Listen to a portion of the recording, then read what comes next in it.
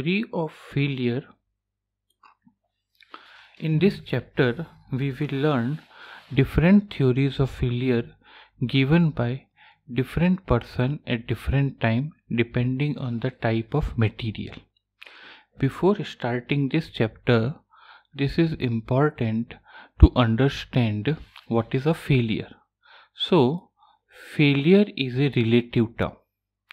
The failure of a car is different than a failure of a train, and the failure of a train is different than a failure of a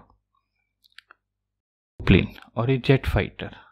Similarly, in engineering material, there are two types of material, and for these two material, the failure will be different. The first material is ductile material,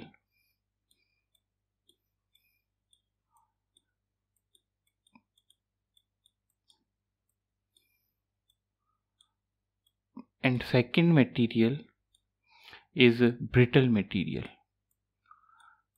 The difference is that it has a yield point, so we have sigma y, but for brittle material we have only sigma ultimate or sigma fracture.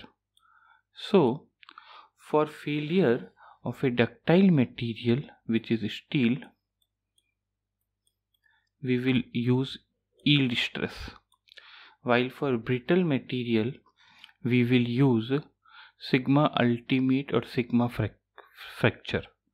The example of brittle material is concrete and cast iron. So concrete and cast iron.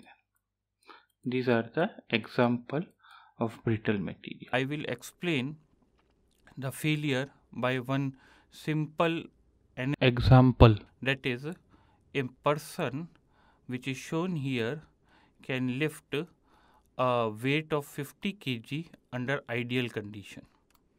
It is a simple ideal condition in which the person is lifting 50 kg. The same person is lifting the load in different ways, like 15 kg on its right hand, 25 kg on its left hand, and 10 kg on its head. The person is lifting 50 kg, but the conditions are different. So we can say that this person cannot lift more than 50 kg under complex loading, because in ideal condition he is lifting 50 kg. It is same like the mileage of a car. The mileage of a car under the ideal condition, which the most of the companies claim, is given at the ideal condition, but when we move on road we cannot achieve the same mileage. Similarly here in the complex loading, this person cannot lift more than 50, and from here our failure criteria will be decided, that if this person lifts more than 50 kg, we will say that the material has failed. So this is a failure. Now if you take the factor of safety, so in every theory we have to understand factor of safety. I will give you one example to understand the factor of safety. Factor of safety is always termed in a percentage term, or we can say by division. I will give you one example.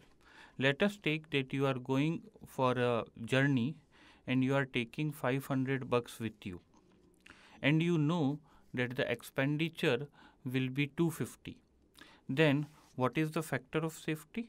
The factor of safety is you are taking 500 rupees, you are going to spend 250, so your factor of safety is 2.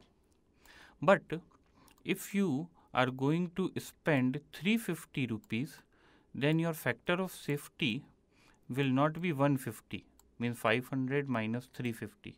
It will be 500 divided by 350. If you spend 400 rupees, then your factor of safety is 500 divided by 400. And if you spend 500 rupees, then you have factor of safety of 1. But if you are going to spend 600 rupees, which is not possible, you have to take a loan for that. But if you do that, then your factor of safety will be less than 1.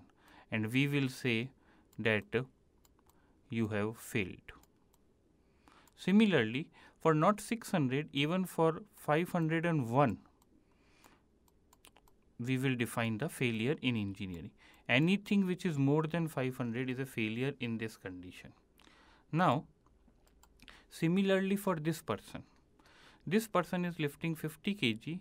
If it lifts 48 kg, I will take 3 conditions: 148, 250, and third 52. Then failure and factor of safety will be 50 divided by 48 for first condition. For second, it is 50 by 50, just about to fail, not failed but just about to fail. And for here, 50 divided by 52, and it is failed. So this is less than 1, this is equal to 1, and this is greater than 1. Now coming back to our material also perform in the same way. This person is in our case will be a simple tensile test which we do, and we find the yield value, which is sigma y. And in complex loading,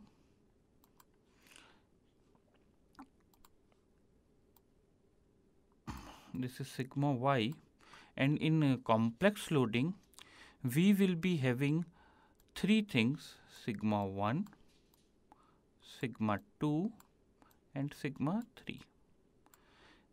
These 3 are generated because of various complex loading. What are these complex loading? Those complex loadings are bending, shear, axial, and torsion. Either 2, 3, or 4, means the combination of all the force we can take. We have studied in our classes how to find sigma 1, sigma 2, and sigma 3. So sigma 1 is maximum and sigma 3 is minimum. Sigma 2 is intermediate, and we mostly don't use sigma 2 as we have done in the geotech. So in all the theories, friends, which develop time to time as per the requirement, we will try to find this sigma 1, sigma 2, sigma 3 by these combinations, and then we will compare that by our sigma y.